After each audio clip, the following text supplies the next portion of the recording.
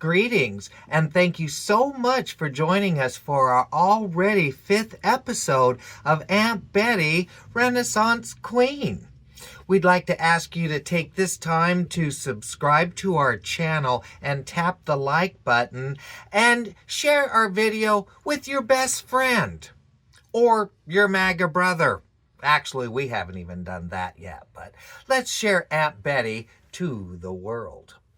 Our mission at this channel is to mix important information with enjoyable, carefree, but entertaining, in our opinion, content. We understand that it's difficult to hear about doom and gloom all the time. So we'll begin this episode's opening words with a joyous subject, and that is the current season 18 of RuPaul's Drag Race, which this week winnowed down the contestants to the final 3.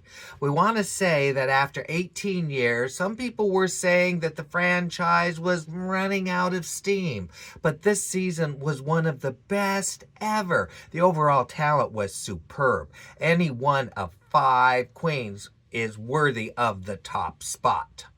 And of the top 3 finalists, it's anyone's guess as to who will see the victory. The finale will be one not to miss. The finalists, including 4th place Juicy, are such good-hearted people and interesting too. It's been a joy to follow their journey.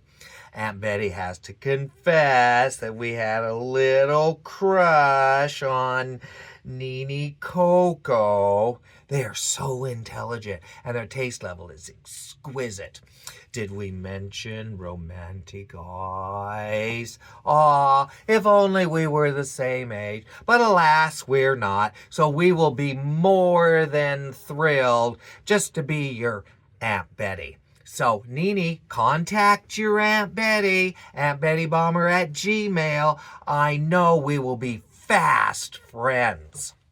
Mikey Meeks is one polished, well-rounded theater background class act and is sure to go far in their career. But if I know Rue, my money is on Darlene Mitchell for the win.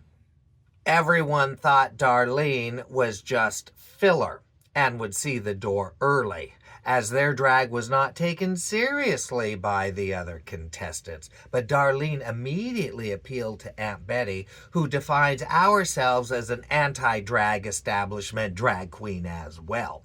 And like Nene, Darlene is not anima-dominated like many queens can be, and therefore makes them both our favorite. You may have to brush up on your Jungian psychology for more insight on animus and anima domination. Darlene by far is the most unique, with a joyous personality. RuPaul has historically picked the unique over the polished traditional drag. Cases in point, Sharon over Chad, or Jinx over Roxy, which were Aunt Betty's choices at the time as well. This careens us into our newest sister, launched into the world, but possibly not by their own choice. Sister Brian Gnome.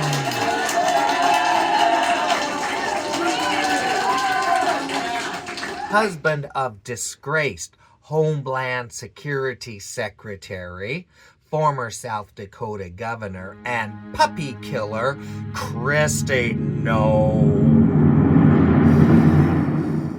Brian was forced out of the closet this week with photos posted by the Daily Mail.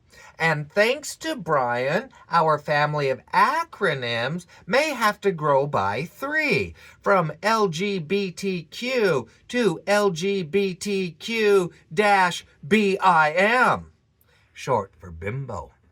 But Aunt Betty says, Brian, it's all good.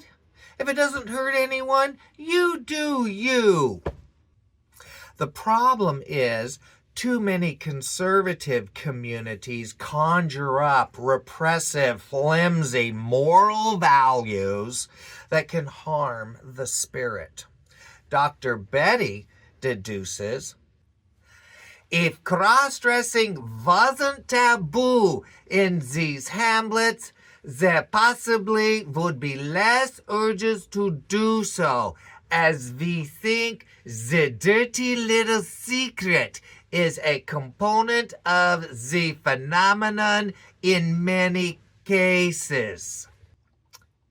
But until these people reconcile their hypocrisy, Aunt Betty relishes in the humiliation Christy and her tribe of moral hypocrites are enduring right now.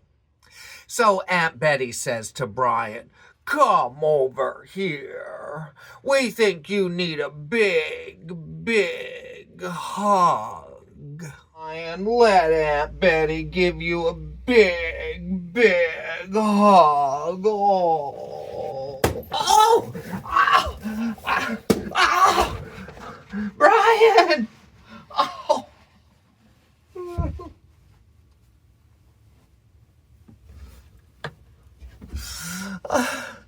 I'm sorry, Brian. Jimbo will help. And now that we are out of the closet, and isn't it liberating? We would recommend some styling tips. And this is definitely a challenge for the expert. Jimbo! Could you find it in your heart to help a sister in need?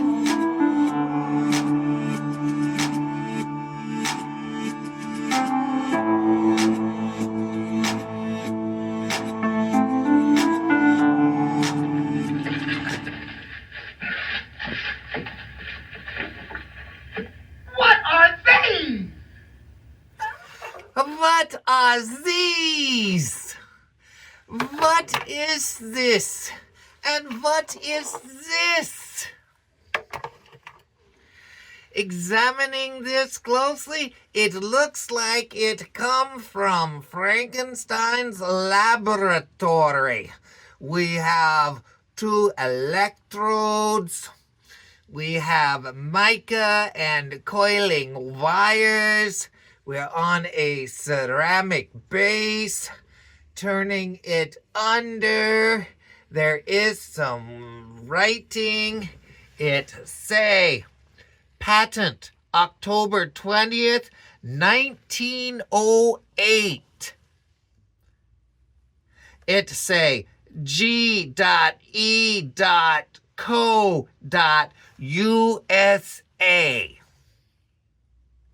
Type D-12. What is this? What is this? And what is this? It has a cord. This we say probably 1930s. It say on the bottom there, we may put in another picture. It say Lady Junior. What is this? And what is this? If you have an idea, leave it in the comments.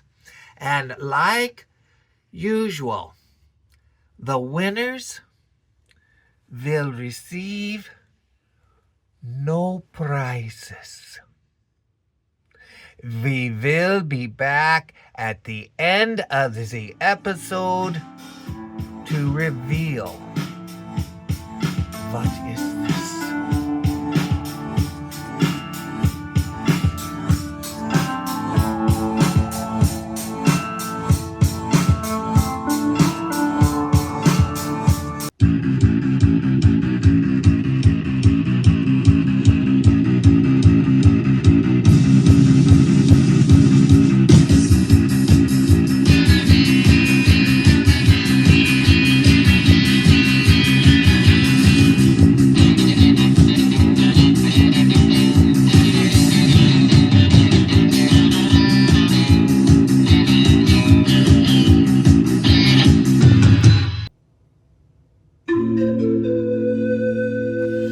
On this episode of Aunt Betty's Hoard, we're going to share some arts and crafts pottery from about 100 years ago. The term arts and crafts was coined in 1887 by T.J. Cobden Sanderson to name the Arts and Crafts Exhibition Society in London, formally identifying a design movement that William Morris had spearheaded since the 1860s. The label was adopted to define the style aimed at moral, social, and artistic reform through craftsmanship, as it was a reaction to mass production, resulting from burgeoning industrialization and a growing middle class. Meaning, more people had money to spend, so more stuff was needed to be made. In other words, machines were taking over the production of furniture, architectural ornamentation, and the decorative arts, sidelining skilled hand craftsmanship. The movement emphasized the integrity of the materials used and celebrated the construction techniques. Superfluous ornament was stripped away. The aesthetic was energized by a spirit of authenticity. For example, modern machinery of the day could take pieces of wood and mill it in a fashion that after it was painted could look like a marble column.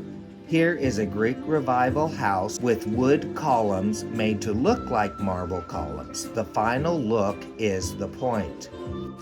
Here is a Victorian vase where, again, the finished look is the sole point. Is it made out of glass, carved stone, ivory? The material used and the form of production is irrelevant. As it turns out, this piece is made out of, for all intents and purposes, fancy mud. But you're not supposed to think about that. You're only supposed to think about the pretty flowers. And here is a chair from Aunt Betty's Hoard that looks like anything but wood. All the modes of construction are disguised. It looks like it's a fully formed object conceived in heaven and delivered to earth by angels. But it is all mass-produced by machines. The arts and crafts movement was probably most realized in furniture production. Pieces by Gustav Stickley or William Morris are highly prized by collectors today.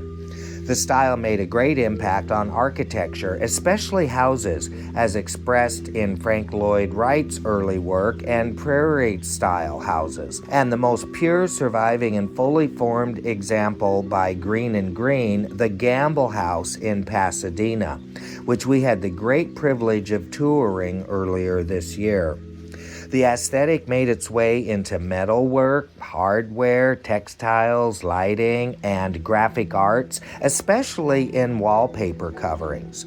William Morris wallpapers are produced today in England and sell for hundreds of dollars a roll.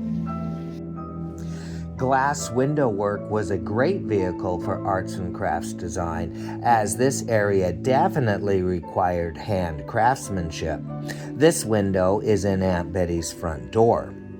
In the 1800s, the medieval period of near 1,000 years ago was romanticized, so those design forms were ideal inspiration for the arts and crafts, as revealed by this old dungeon door-looking copper bracket on Aunt Betty's wardrobe. Arts and crafts also enjoyed great expression through decorative pottery. Some of the most prized museum-quality pieces of pottery were produced by Gruby, Newcomb College, and Tico, but there are several others as well that fetch thousands of dollars a piece today. In Aunt Betty's Hoard, we will find a collection of Tier 2 but respectable examples of American arts and crafts influenced pottery vases from over 100 years ago. If one could use one word to describe the arts and crafts aesthetic, it could be organic. When one admires these objects, there is little doubt that these are made from the earth, which is the point. The beauty emanates from the authenticity of the basic forms and organic colors and textures found in nature. Our first piece to look at today from Aunt Betty's hoard was made by the Weller Company, one of Aunt Betty's favorite producers. It's a larger piece for the period of about 10 inches tall. This line of Weller is called copper tone. Copper turns green when it comes into contact with certain other chemical elements. That's why the Statue of Liberty is green. When we turn the piece over to view the underside, we see someone made a notation in 1931 indicating that it was made in 1906 and that they have had it for 25 years, which is kind of neat that that's there. Notice that the underside is designed with an unglazed outer ring and unglazed hollow interior. These points will become relevant shortly. Here is one more piece by Weller. What a company would do is design a specific style motif, which was referred to as a line, like when you hear someone say, "This is our line of hair care products." Then they would produce different shapes in that motif or line. Every company has their signature design styling based on the ideas of the individuals working at each individual company. But every company also has their unique production techniques. One can often link a piece to a producer simply by turning it over and identifying how the bottom was treated, even if there is no maker's mark present. Here again, you see an outer ring that is unglazed and an unglazed interior. The outer ring is where the piece makes contact with the kiln shelf. If the ring were glazed, it would become stuck to the kiln shelf. Comparing the two undersides from the two pieces, we see they are made the same way, with unglazed outer ring and unglazed hollow interior.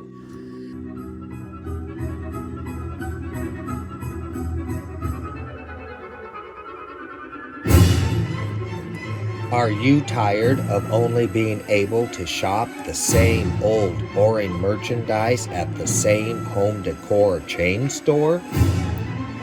Where then you can only get the same stuff everyone else has?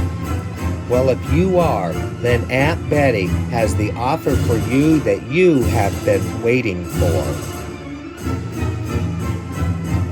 Aunt Betty is proud to introduce to you the exclusive line of home decor, available for the first time.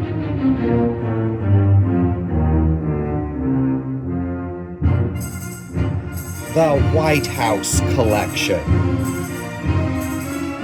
Custom-made 24-karat gold-dipped vases, picture frames, and candle sconces.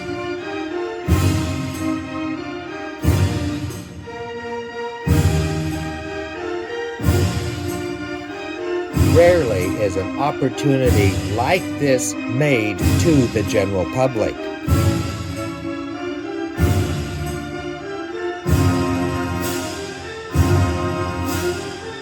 These objects are lovingly and painstakingly hand-carved by the skilled hands of Aunt Betty, working late into the wee hours of the morning by candlelight.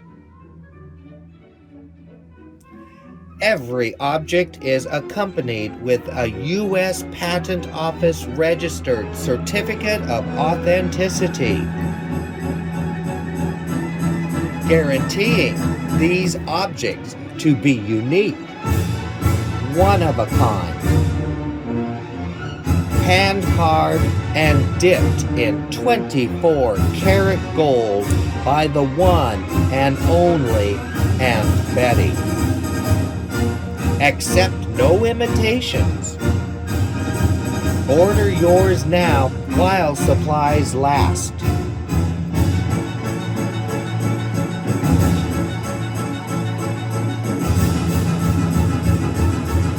The White House Collection, custom home decor.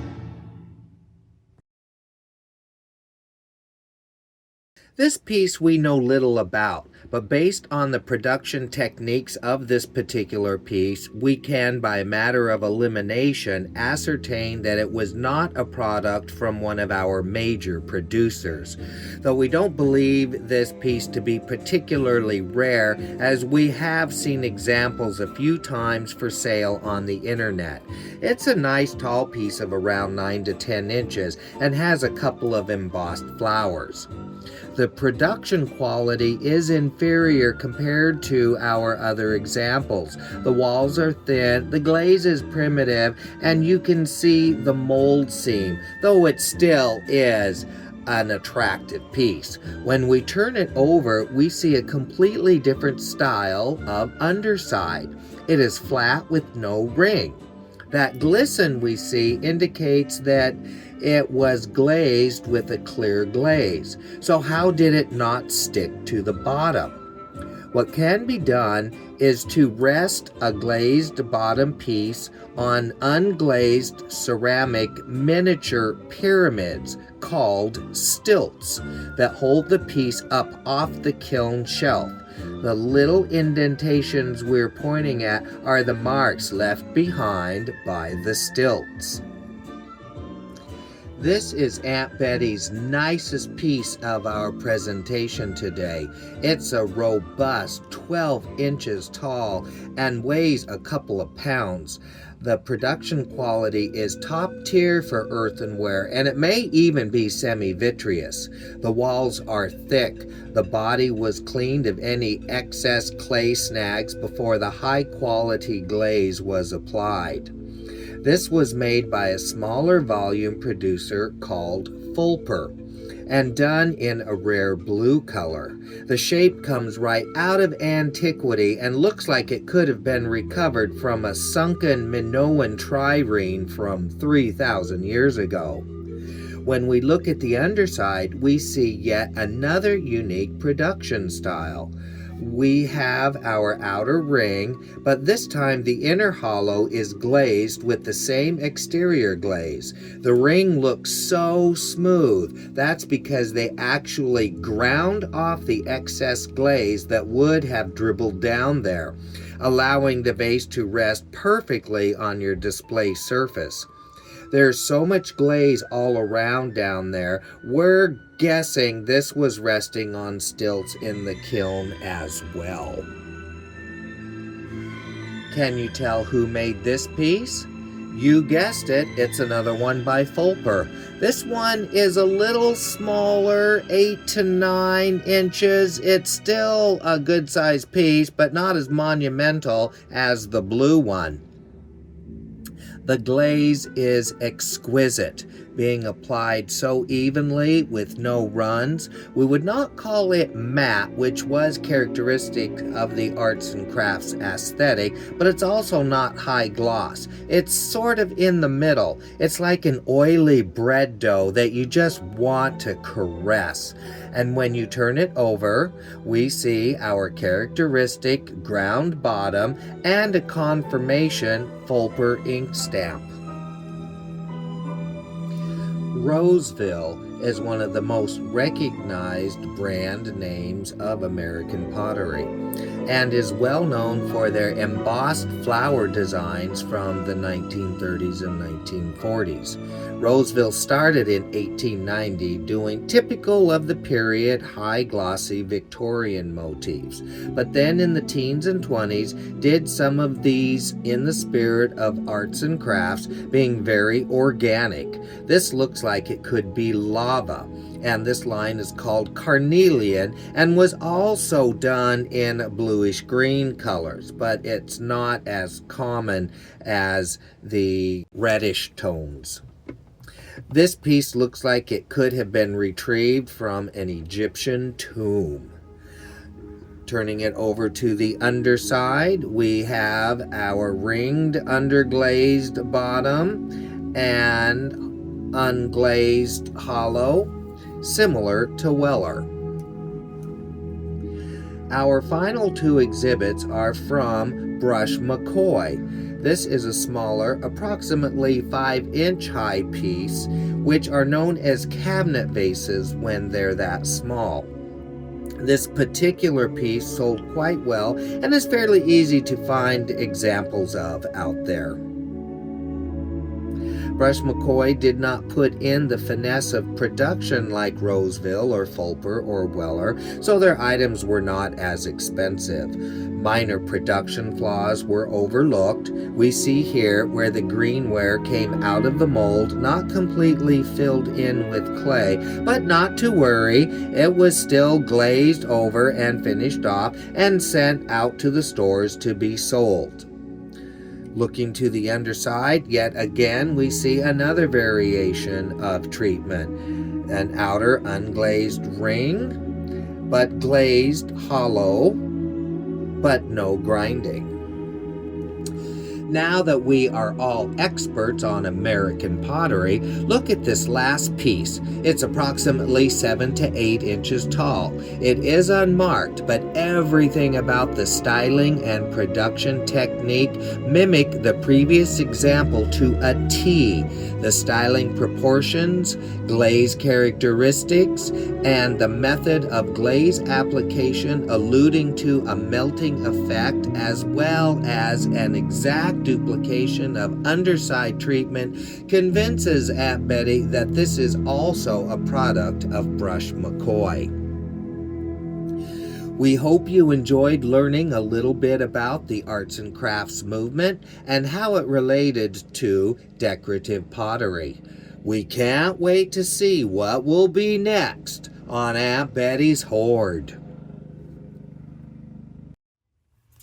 The other program we've been watching is the golden anniversary, the 50th season of Survivor. 25 years.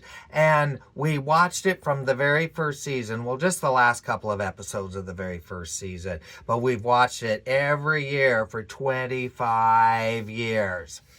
Now, we're going to have to be a little bit petty. But if you are willing to place yourself in the public sphere, then you are fair game. Just like Aunt Betty is fair game. So we need to say that rarely has a contestant made Aunt Betty's skin crawl the way the contestant known as Coach makes our skin crawl. Ooh! It's bad enough when people lie to other people. And we're not referring to the game now, as deception is a component of the game Survivor. But when you include yourself in with the other people you lie to, which unfortunately is too often, then you deserve to get called out. Coach is self-deluding, self-righteous, a hypocrite, and we'll relish the episode that his torch gets snuffed. So, okay. Moving on to more news of the week. A judge ruled that work on Donnie's ridiculous, illegal, and immoral ballroom has to stop until Congress authorizes the construction. Now, of course, Donnie is trying to figure out how to disobey the ruling. And so we will follow that story as it unfolds. And speaking of monuments, we should give credit where credit is due. So we'll thank King Donnie for erecting on the National Mall what he truly excels at. Welcome to America, the national throne. Thank you, King Donnie. Oh. Now we have to dedicate some bandwidth to the assault King Donnie is perpetrating on America and on the world. The evildoers are counting on us to get exhausted and to give up, thinking that there is nothing we can do. But when someone wages war on you, you have to fight back. You have no choice. You have to. But it doesn't necessarily mean all war all the time. Even during World War II, we here at home still pursued normal day-to-day living as much as we could, still being aware that in the background we were in the fight of our lives. So we have to talk about these things.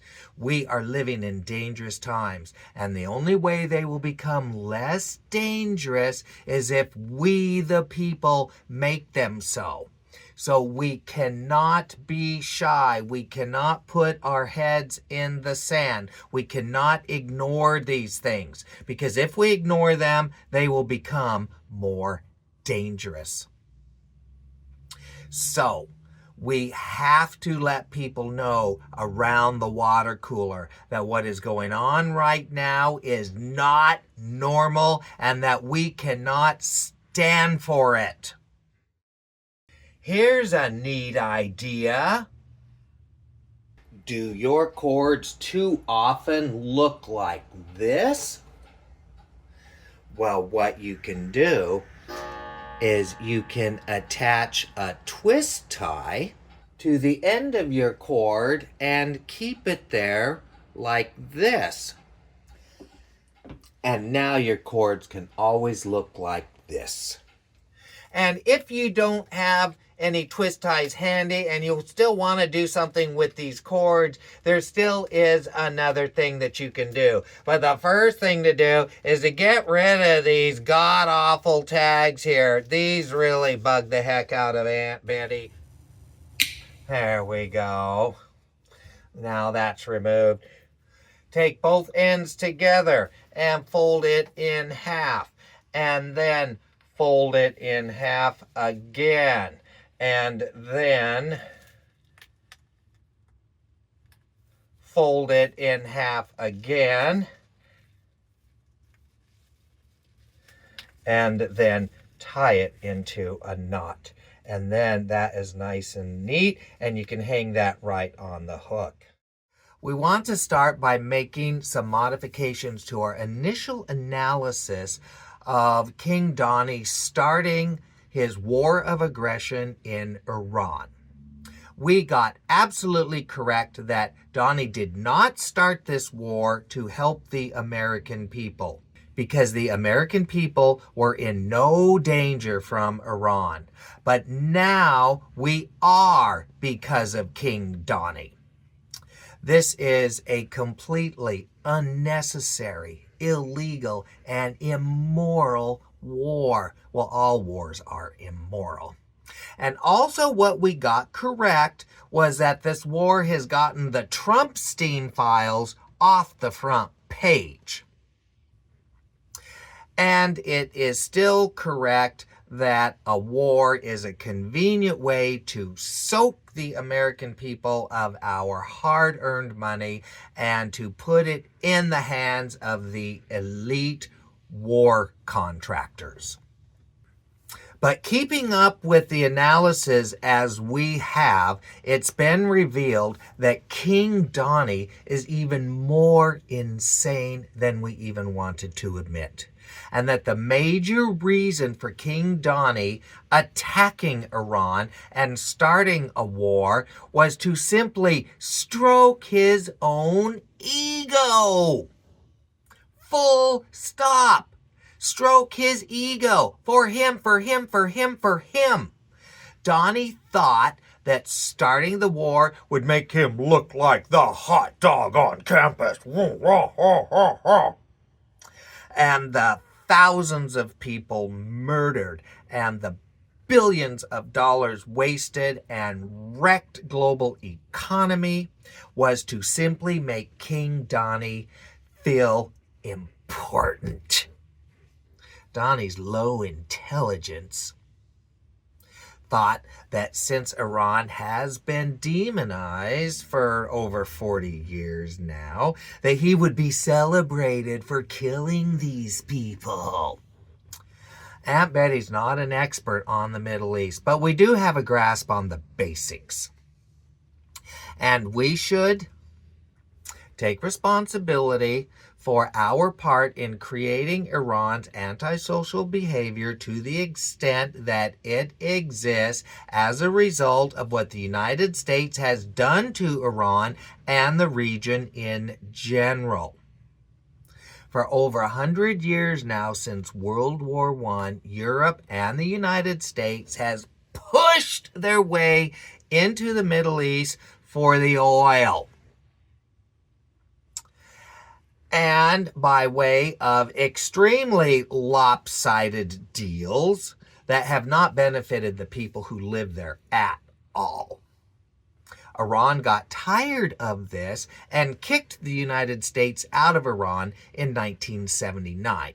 And the U.S. has resented being unable to make money off of Iran ever since. In the 1980s, Iraq fought Iran for regional domination. So the United States supplied Iraq with all their war-making capabilities, including chemical weapons, that Iraq did deploy on Iran. This 8-year war killed hundreds of thousands of Iranians. Then 20 years later, the United States decided to destroy Iraq's superiority. Now, Saudi Arabia wants to dominate the region, and King Donnie is backing Saudi Arabia. We're sure it's just a coincidence that Donnie has a bunch of shady business deals going on with Saudi Arabia to the tune of billions of dollars that he and his kids are making. Just a coincidence, I'm sure. Now, Saudi Arabia is just as repressive a regime as Iran. So let's take the U.S. cares about human rights off the table right now.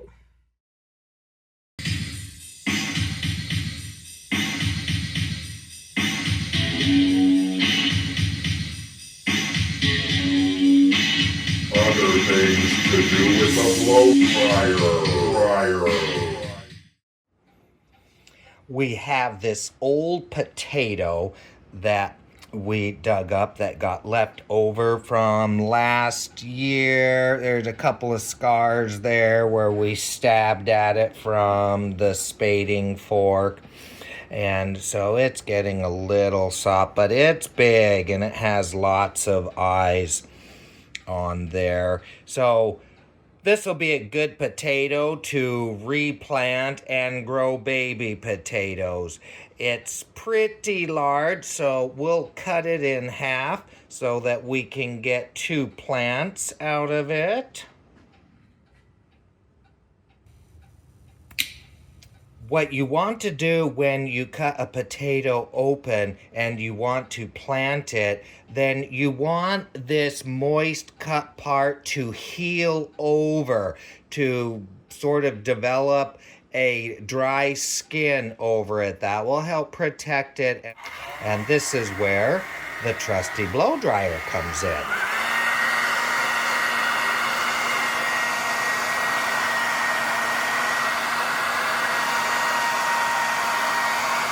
We blow dried that for 3 or 4 minutes, and this is getting nice and dry and kind of hard and healed over now. Perhaps we'll let this sit out for the rest of the day and overnight, and we'll put this in the ground tomorrow. Again, another amazing thing to do with a blow dryer.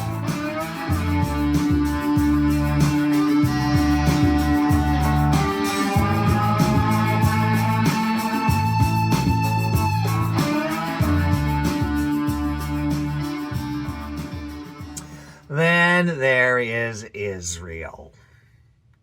Iran is mad at Israel because Israel will not allow the Palestinians to have a homeland of their own. Land that was the Palestinians until the United Nations in 1947 suggested that they give a tiny little piece to the Israelis because the Israelis did live there 2,000 years ago. Well, that idea went over like a lead balloon, and so everyone started fighting, which led to the Israelis getting control of all the land. So now we are in this two wrongs don't make a right quagmire. The U.S. supports Israel because Israel has been the vehicle for the United States to exert their influence into the region.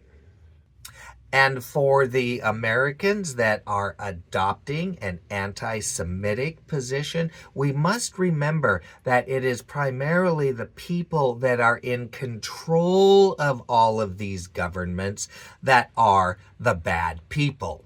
The leaders of Israel, Iran, Saudi Arabia, and the United States are bad. The citizens are good.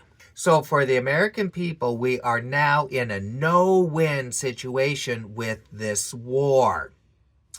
It is costing us billions of dollars and making the prices of everything go up. Fuel, fertilizer, so soon food, industrial chemicals, and all kinds of things are going up, up, up because of this war. The war is terrorizing and killing innocent people, and now has generated even more ill will against the United States that will last decades into the future. Over 10 years ago, President Obama was getting U.S.-Iran relationships back on track after decades of mistrust. But Donnie destroyed that in his first term, tearing up a treaty that took years and many countries' cooperations to create. Donnie was hell-bent on destroying everything good that President Obama ever did for the United States because of Donnie's Grinch-hearted jealousy. So we can't reward Donnie for a victory either. After starting such a terrible thing for no good reason, if Donnie gets away with this, he will keep on going and keep on killing. He'll go to Cuba. He'll go to Greenland. He'll go farther into South America. He'll go to Nigeria. He'll go anywhere he feels like it to kill people. And when you hear Donnie bitch about NATO not helping him, then this we have to understand. First, it's against the NATO charter for them to help.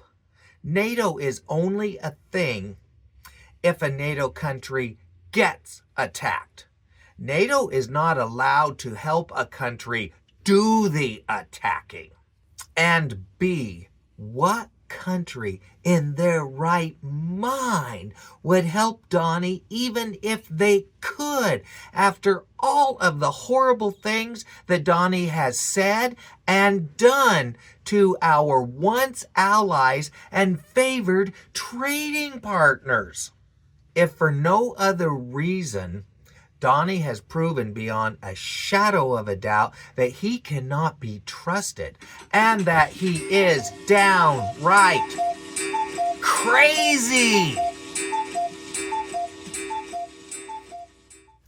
The American pundits are saying that there is no off-ramp for this tragic war.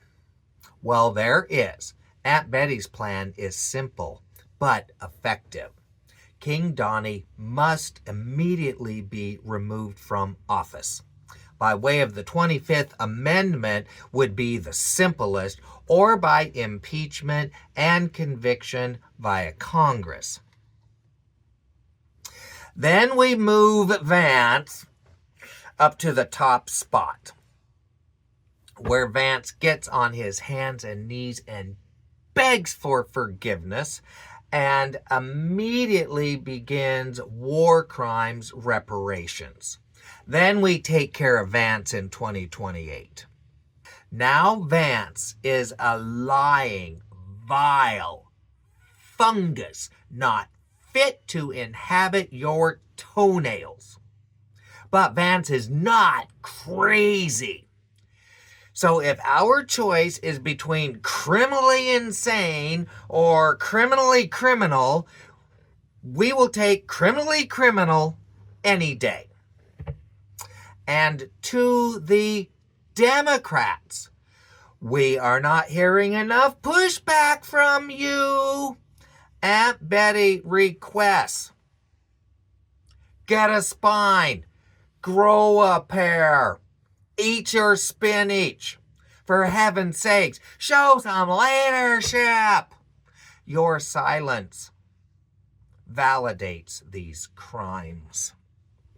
Our journalistic recommendations for this episode are The Mark Thompson Show, who interviews a different guest each time and keeps the language clean, and The David Feldman Show, who is unapologetically old school liberal and who, like Aunt Betty, flies solo. David enjoys inserting humor where possible instead of foul language, and has been having a good time photoshopping and AIing some of the creatures he reports on. David, you are one of the good ones.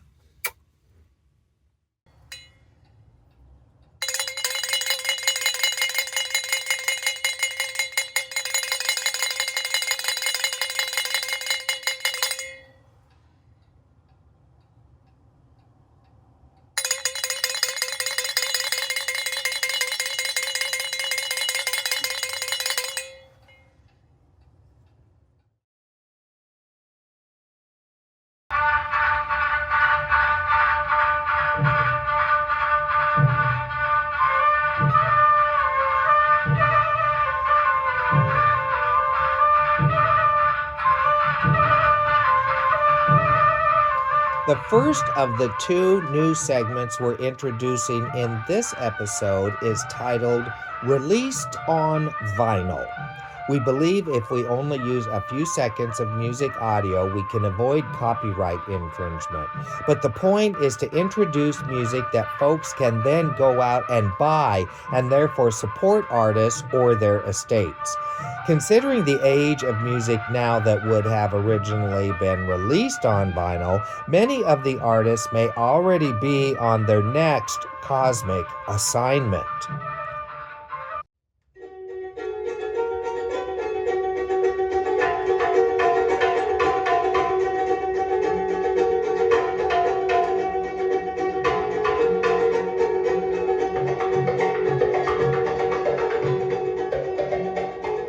Back in the late 1980s, we would shop at Portland's neatest independently owned import record shop called Ooze. That was the only place in town where you could get alternative music, is what we called it in the day. We're talking about all the bands that came out on the British 4AD label, such as the Cocteau Twins and Dead Can Dance and This Mortal Coil and Wolfgang Press and the Pixies and Colorbox and Throwing Muses, as well as where we got our Bauhaus and Eistersende Neubauten. All of the groundbreaking Gothic and industrial music could be found there. The late 1980s did mark the high tide of alternative music innovation, for reasons that are beyond the scope of today's presentation. There have been some exceptions. Where would popular music be today without the contributions of Jack White or the Black Keys, for example?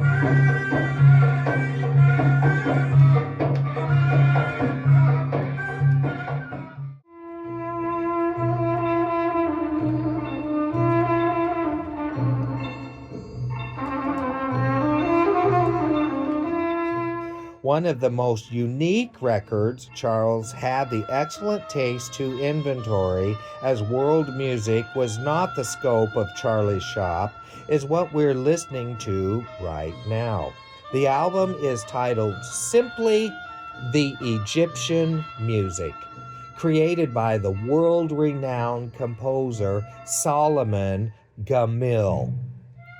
We always played side B first, and the first track on side B is a piece called Sufi Dialogue, which is on Aunt Betty's list of the most beautiful music ever created.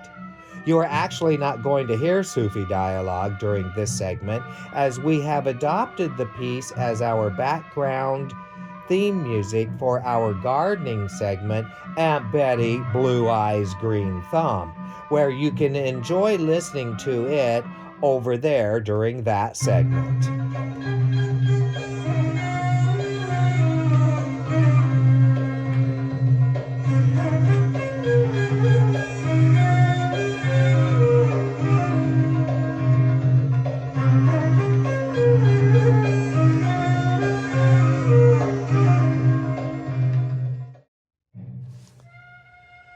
Born in Alexandria in 1924, Mr. Gamil studied Arabic music and Qanun performance at the Institute of Arabic Music in Cairo between 1940 and 1945. That would have been during World War II, where they would have been fighting just a few miles away in the desert. Ooh. Between 1945 and 1950, he studied piano, harmony, counterpoint, and orchestration in Italy. In 1950, Mr. Gamil went to Paris to study composition there at the École Normale de Musique. He composed music for cinema, theater, winning several national and international prizes, including one from Leipzig for the music to the film Drums, and another from the Critics Society in London for the score to Eloquent Peasant. In 1967, was awarded the Egyptian State Order of Merit, First Class in Arts and Sciences. Represented Egypt at several international conferences on music. In 1959, Mr. Gamil founded the Egyptian Folkloric Music Orchestra, affiliated to the Ministry of Culture.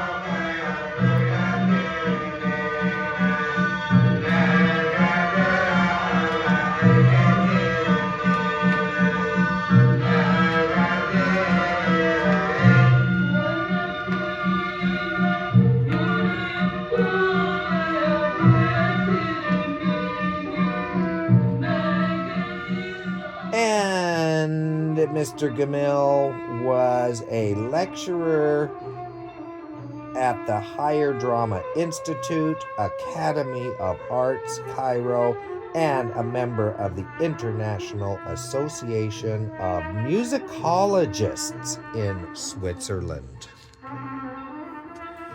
Earth surrendered this great artist in 1994 at age 70. But we would not be surprised if they are out there in the cosmos creating beautiful melodies for our extraterrestrial brothers and sisters. It did not first come out on CD or MP3 or iTunes. The Egyptian music was first released on vinyl.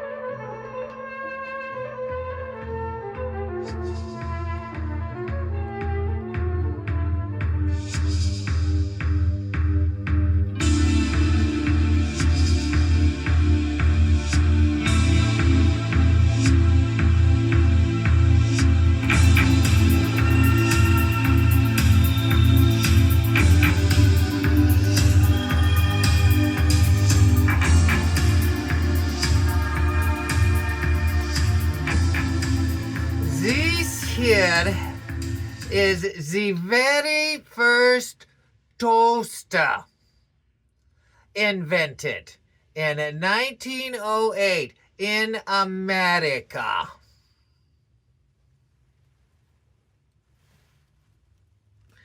They burnt a lot of toast in the day.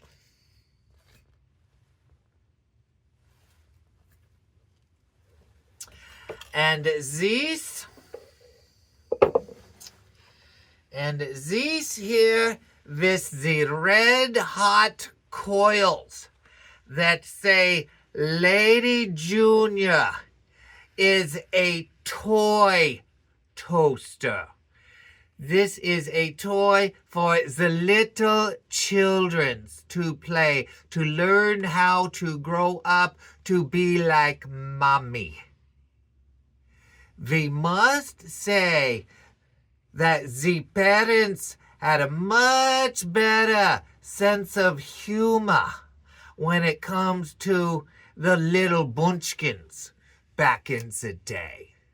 These are old toasters.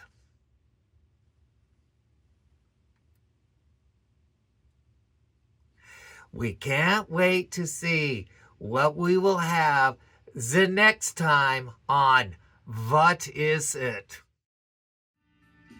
This is Aunt Betty signing off until next time, encouraging you to keep it clean.